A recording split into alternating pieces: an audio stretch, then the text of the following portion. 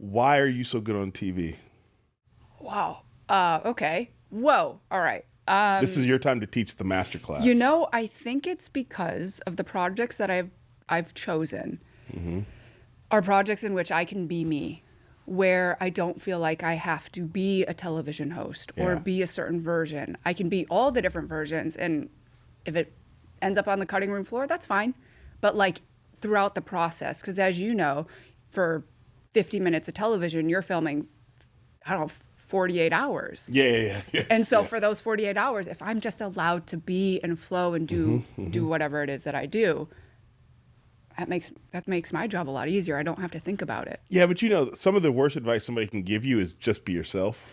Right. It depends on who you tell. You got to be careful. Because I'll be like, is this me or is this me? Am I doing it yet? I think I've gotten really comfortable with being okay making all the mistakes and like saying the wrong thing and needing to say it 5 extra times. Yeah. But okay, so I'm going to push back a little bit because first of all, there is a thing about you have to get used to saying things 5 times when you're recording television. So your ego has to be sort of in a place where you're like, okay, I'll say it. It doesn't matter. Even though these people heard it already. Even though for me sometimes it's like, but it was a joke the first time. And if I say it, right. But you have to get over that.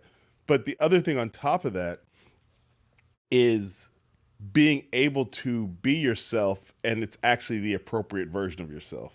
You know, that's what I mean. Like, how did you figure out, like when I stood next to you, I was like, if I had never heard of you before, I'd have been like, oh, this is a child actor who grew up in show business and has been doing this. She started out with Kurt Russell. You know what I mean? Like, I know who that is. Okay, good. I'm trying Married to Goldie Hawn. Yes, good. Okay. We're going to keep, I like this game going. But so, you know, no other podcast has worked out like this with me. So we're doing a special thing here. But like, I wouldn't have known that you were like a contestant turned host, you know, like there was nothing, because, you know, and also, and we can talk about this as much as you want to, but like you stepped in the shoes of somebody who had that job for a long time and did have a lot of experience, a lot of reps. So it would have been understandable if you'd been like, I mean, Spoigan. Before the camera starts rolling and internally, that is how I felt. There was I did a lot of therapy prior to taking the role for Top Chef. Whereas some of my other past television jobs, I just kind of like hunkered in and I like worked past my fears and all the anxiety that was happening and the self-doubt. Top Chef, I was like, no, we're going to start this one in a different way. So you're saying fast foodies did not send you to therapy? Well, maybe for a couple things, but okay, yeah. Okay. I wasn't even saying, but like, I do think there's a difference between like, I'm going to have a job on some show that never has existed before. And there's pressure, of course, and you got to figure out things versus I'm going to take over a role from like someone like Padma, who you know. Right. And the audience is like, even though they know you, there's a lot of like, I'm sure. Oh my God. There was so much doubt. There was like, can she do it? And they're comparing the person that Padma was after 19 seasons, 20 seasons, whatever, to me being 10 years before that, the contestant. So they're taking 2 versions, her and then my version a decade ago, being like, can she do that? I'm like, can that version do this? And you're like, well, I'm actually over here now. Well, I'm already a different version, but also, again, my job is not to be her or to be anybody else. And so because I have a unique perspective of, I mean, just from the culinary standpoint, the working in the industry, a different relationship, I think, with chefs in general, on or off camera, and then having been a contestant, then we're talking about a whole different skill set. Yeah. And so I never had to be what she was. But I am very fast. I think that's true, but you have to also be okay knowing that like some aspects of people are going to be like, she's not her, and you're like, yeah, I'm not her. Yeah. I mean, I heard it probably the most for the first half of the season of my very first hosting season. But that, you know, it kind of went away. Or I just, you know, muted the right people. I just restricted and muted the right people so I didn't hear it. But I think people then just got a little bit more used to me and how I come into that role. And I think you are. It's like they didn't reach from somebody outside of Top Chef because there was, of course, like, who's it going to be? Like, you know, and they didn't go to somebody where it feels like they were looking for like clicks. You know what I mean? Like it wasn't like we got a 12-year-old TikToker who has a food channel. You know, it's like, I mean, they could have gotten you, but you know. Believe me, I threw my name out there. I like to throw my name out there, not officially, just on Instagram.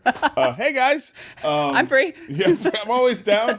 So, but yeah, the fact that you that was from in-house. Right. And you'd been doing other TV things. So those of us who knew were like, oh yeah, she's been out there.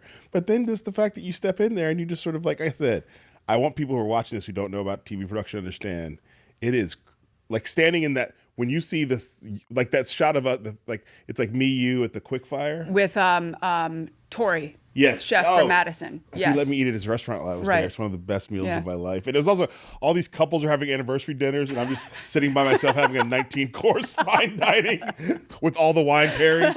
You know, he was great. So, but like while we're standing there, and the three of us, they're like, there's cameras on jibs and things and da da da da da, and you just got to be like, yep, we got to stare into the middle distance, and that can throw people off. And like I said, because I guess when I was there, you're about halfway through the season or so. Mm-hmm. You do realize, like in the moments when you're walking outside of television, so hopefully everybody can relate to this feeling, is that when you're, walking down the street, or you start to like hyper focus on a movement, and all of a sudden you forget how to walk or forget how to swallow when you're like having soup. You're like, hold on, how do I do this? Let me start. Let me reset. All right, yeah. But like it's kind of the same thing that you have to forget about when you hyper-focus on walking. When you stand in front of that TV and you can feel all of it going, and you feel the countdown of 5, 4, 3, 2, 1, you kind of have to forget that you're actually doing the TV thing.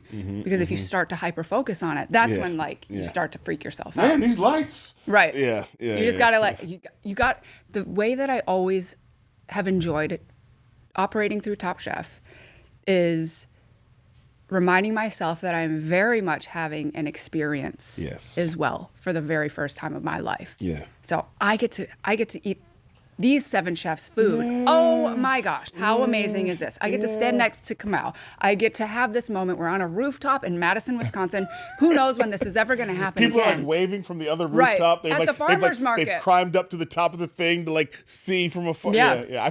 I felt more famous that day than I normally do, because people were actually looking at you. No, they were looking at you. But how many times do you look back on your life and you're like, damn, I wish I enjoyed that more? Or, oh, I wish I didn't. Or I wish I could do it again. Yeah, I do think that part of it, I do sort of go like, I have this is crazy, as a way to settle myself down. Like, just to remind myself, this is ridiculous. All right, now let's do it. So it sort of takes you out of the like, I got to do good at it. Right, Just like this is, and to sort of enjoy the moment. So I did wave at the people across, because I'm like, this is, the fact that they're over there, I want them to see that I see them. And, I do like to have fun in those moments. I think maybe it comes from being a comedian, to remind myself that this is also like, we were all kids in our bedroom, sort of like imagining what we would do. And look how a cool somehow thing. Here eating 18 sauce dishes Yes, with different sauces from another era.